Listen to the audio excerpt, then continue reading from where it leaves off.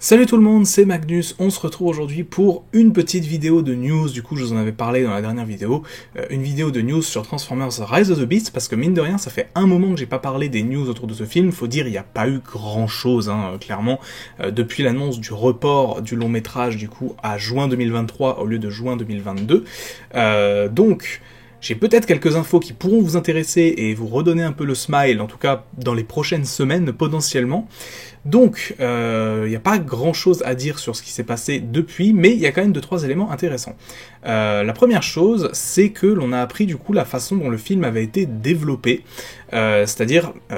par quel procédé les scénaristes sont arrivés au film que l'on a connu, dans le sens où on avait eu donc cet article qui était paru en 2020, comme quoi il y avait 2 films Transformers en préparation, un qui était écrit par James Vanderbilt, si je me souviens bien, et un par Joby Harold. Donc c'était 2 scénaristes qui avaient été engagés par Paramount, du coup, pour pondre 2 scripts pour des futurs films Transformers, et il se disait du coup que le script de Joby Harold était donc le script d'un film sur Beast Wars, et que l'autre script était un script tout simplement de la suite de Bumblebee. Une rumeur qui a beaucoup tourné sur les forums notamment, et même dans certaines infos autour du film, c'est le fait qu'ils auraient fusionné les 2 scripts, un petit peu finalement malheureusement, comme ce qui s'est passé pour Transformers The Last Night, qui a fusionné des scripts qui avaient déjà été pensés, c'était un script sur la suite simplement des Age of Extinction, un script sur la Seconde Guerre mondiale, etc., un script sur les légendes arthuriennes, etc., Bref, ils avaient fusionné plusieurs scripts en un pour donner le film que l'on a connu. Mais au final, il s'avère que non. Il s'avère que, tout simplement, Joby Harold est celui qui a donné l'idée générale de Rise of the Beast, et Vanderbilt avait tout simplement une autre idée de ce qu'aurait été du coup la suite de Bumblebee. Alors on sait pas exactement si c'était aussi quelque chose axé Beast Wars, apparemment oui, mais en tout cas parmi ces 2 scripts du coup qui partaient un petit peu de la même idée à la base, c'est le script de Joby Harold qui a été retenu, mais pas tant que ça au final, parce que on a également appris que ce même script du coup qui avait été fait à la base, du coup qui avait fait une espèce d'idée globale sur le long métrage, ce premier script donc a été remanié par Darnell Metayer et Josh Peters, du coup 2 autres scénaristes. Ça fait un total du coup de 3 scénaristes qui seront passés sur la version du film que l'on connaît. Alors je sais pas s'il faut voir ça comme une bonne chose ou une mauvaise chose, moi je vois plus ça comme potentiellement le fait que le film, voilà, il n'y a pas eu un seul jet quelque part, et que potentiellement des défauts de script ont été corrigés. Je vois ça de cette façon en tout cas, si on veut voir ça de façon optimiste. Si on veut voir ça de façon un peu pessimiste, on peut se dire tout simplement que c'est parce que le script à la base était pas ouf, et qu'il a fallu un petit peu le bricoler pour qu'il soit plutôt potable. Bref, ça c'est des rumeurs, on peut rien savoir, de toute façon on ne sait même pas exactement quel est le synopsis de base du film, en dehors du fait qu'on va avoir les Maximals, les Predacons, et que Scourge sera l'antagoniste principal. Donc voilà pour cette petite rumeur. Voilà, donc en tout cas, ce film n'a pas été conçu pour être un espèce de The Last Night 2.0 où on aurait plein de trucs de plein de façons différentes qui étaient pas censés être cohabités en quelque sorte. Là non, c'est vraiment un script qui a été pensé comme une suite de Bumblebee qui introduit des éléments de Beast Wars. C'était l'idée dès le départ apparemment, donc voilà, en tout cas pour ce premier point-là, en termes d'information. Un deuxième point assez intéressant je pense, et qui va peut-être vous faire un peu remonter la hype en vue de Rise of the Beast, c'est tout simplement qu'il y a potentiellement, et je fais beaucoup de conditionnels ici parce qu'on n'a pas eu la confirmation non plus totale, il se pourrait que les figurines, en tout cas que les premières figurines, les premiers jouets du film, sortent dès cette année et dès le mois d'avril 2022. Alors, je vais vous expliquer un petit peu tout ce qui s'est passé en coulisses et pourquoi on en est arrivé là. Potentiellement, en tout cas, ça peut être sujet à changement, et pour l'instant, d'après les dernières informations que l'on a, c'est ce qui est en train de se passer. Donc il faut savoir que le report du film de 2022 à 2023 est une décision de Paramount. Hasbro n'a eu aucune autorité sur est-ce qu'il fallait déplacer le film. C'est Paramount qui a décidé de façon unilatérale de changer cette date. Et d'ailleurs ils ont changé la date de plusieurs autres de leurs films. Notamment un film Star Trek qui devait sortir en fin d'année, qui a été repoussé à fin 2023, et aussi il me semble le dernier Mission Impossible qui a été repoussé aussi d'1 an. Donc c'est pas quelque chose propre à Transformers, c'est juste que Paramount, je pense, veut des bons retours sur ses investissements par rapport à ces films, et donc en les sortant plus tard, ils pourront maximiser les entrées en salle, puisque la pandémie aura possiblement chuté partout dans le monde et ne sera peut-être plus trop un sujet autant d'actualité qu'aujourd'hui. En tout cas, c'est ce qu'ils espèrent, je pense, pour 2023. Ce qu'il faut savoir du coup, c'est qu'apparemment, d'après des sources internes, Hasbro n'était pas du tout content de cette décision, puisque Hasbro, faut pas oublier qu'au-delà d'être ceux qui détiennent la licence Transformers, c'est surtout un fabricant de jouets, et pour fabriquer des produits, n'importe qui est au courant, il faut prévoir ça des mois à l'avance, c'est-à-dire c'est des chaînes de production qui doivent se mettre en place, c'est des matières premières qui doivent être achetées, c'est des dates de sortie qui doivent être réservées pour les produits dans les rayons, et donc venir chambouler le calendrier de sortie comme ça, d'un an, complètement, de décaler d'un an le film, eh bien, du coup, ça laissait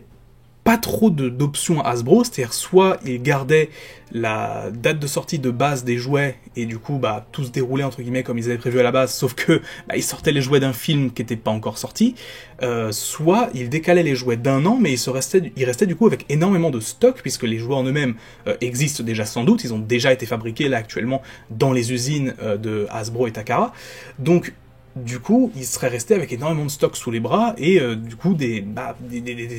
objets qui tout simplement leur seraient restés sur les bras et qu'ils n'auraient pas pu vendre tout de suite, ça leur aurait pris de la place et ça coûte aussi de l'argent. Donc du coup, Hasbro s'est retrouvé dans une situation extrêmement inconfortable et apparemment l'a fait savoir à Paramount.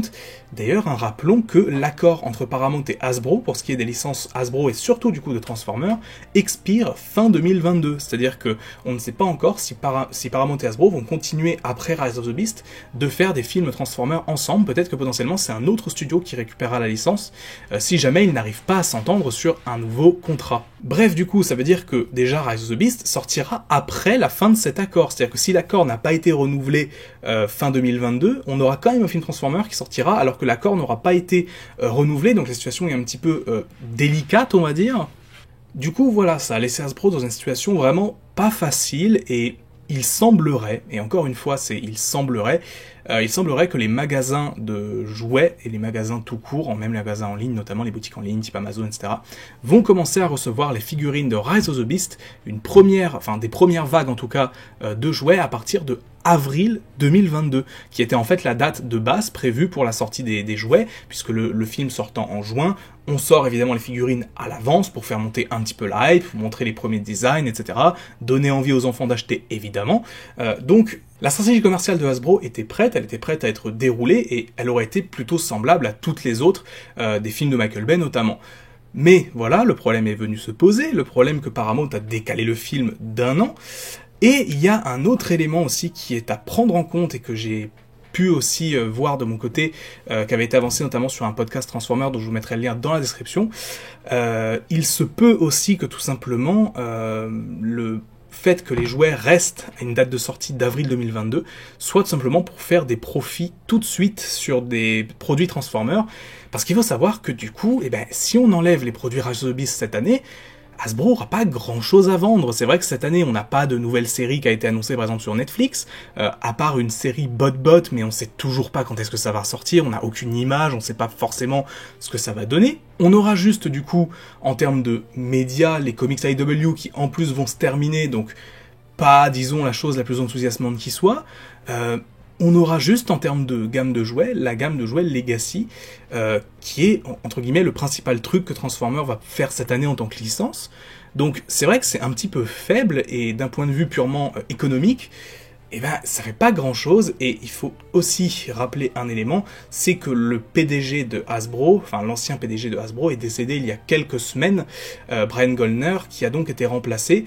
Et il faut savoir que quand une grosse entreprise comme ça perd son CEO, donc son PDG, son président, les investisseurs, qui sont généralement très nombreux et veulent simplement du profit à court terme, ils demandent simplement des résultats de la part du nouveau président, qui a été nommé, donc en l'occurrence Chris Cox, si je ne dis pas de bêtises. Ils vont lui demander simplement de faire du profit tout de suite pour leur prouver quelque part que c'est l'homme de la situation, qu'il est capable de faire du chiffre. Faut savoir que le nouveau PDG d'Hasbro est quelqu'un qui a fait énormément de travail avant du côté de Microsoft et aussi du côté de Wizard of the Coast, qui a fait dépasser le milliard de chiffre d'affaires à cette partie-là de Hasbro. Donc vraiment quelqu'un qui a su faire du chiffre là où il était. Mais maintenant, ils vont sans doute lui demander, voilà, vous avez été capable de faire ça avec Wizard of the Coast, maintenant on vous demande de faire ça avec l'entièreté de la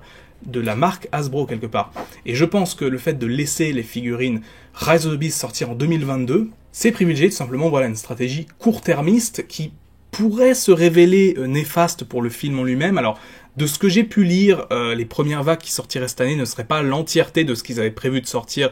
pour le film, donc ils en garderaient sous le pied pour l'année prochaine. Ça peut être quelque chose de positif pour les fans, parce que du coup, ça va nous permettre de voir certains designs du film en avance, ça va nous permettre de voir un petit peu, voilà, la vibe qui se dégage peut-être même de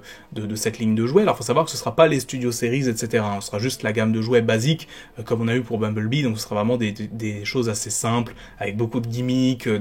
pas trop d'articulation, enfin bref, voilà, c'est pas le genre de choses que les collectionneurs vont forcément acheter en masse, mais c'est clairement pas pour nous que cette gamme est destinée à la base. Nous, on aura les Studio Series plus tard,